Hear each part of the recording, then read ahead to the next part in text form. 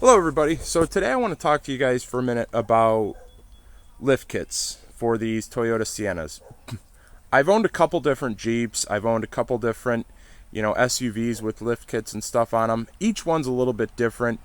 There's a whole bunch of different kinds of lift kits out there. I went with a spring spacer. So a spring spacer or a coil spring spacer, what you guys think and what I think are probably a little bit different.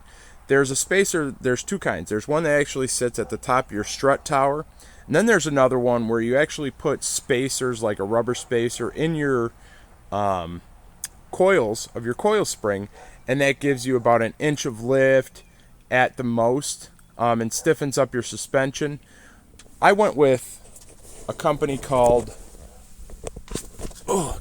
Rubber Shocks. As you can see in the back of my coil springs, there's one in each. They haven't moved, and I've had these on a couple different vehicles. These are actually made of rubber. I had a polyurethane model, urethane model, in these other vehicles that I used to own, and I used to use them for towing. So if I'd have a lot of tongue weight when I was towing something, it would come in real handy and keep my drive line straight and true, and it would prevent saggage. But then there's like lift kits and like shackle lift kits and stuff, and that's mainly for like leaf springs. And then there's actual coil springs where the coils you can have bigger coils and stuff like that. From my understanding, if you already have an all-wheel drive model, there's no way to actually lift it with coils, but if you have a front-wheel drive model, you can put the all-wheel drive springs in a front-wheel drive model and lift it an inch, I guess. So yeah, to me, this was just made the most sense. It was only $80 shipped right to my door. You can see I have them in the front too. And this thing isn't made for like crazy off-roading or anything like that.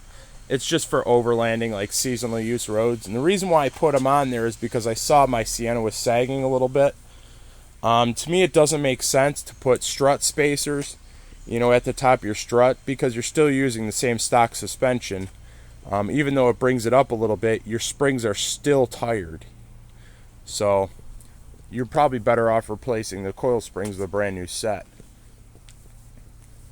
But to me, $80, I couldn't pass it up. So I put them in all four corners, which is nice. Again, $80, and then installed, they took probably 20 minutes to install. So yeah, hope you guys like it. That was just my take. It lifted it probably an inch total. So yeah. And another thing I wanted to say is you get people asking, what size tires can you run on a Sienna? What's the biggest tire you can run?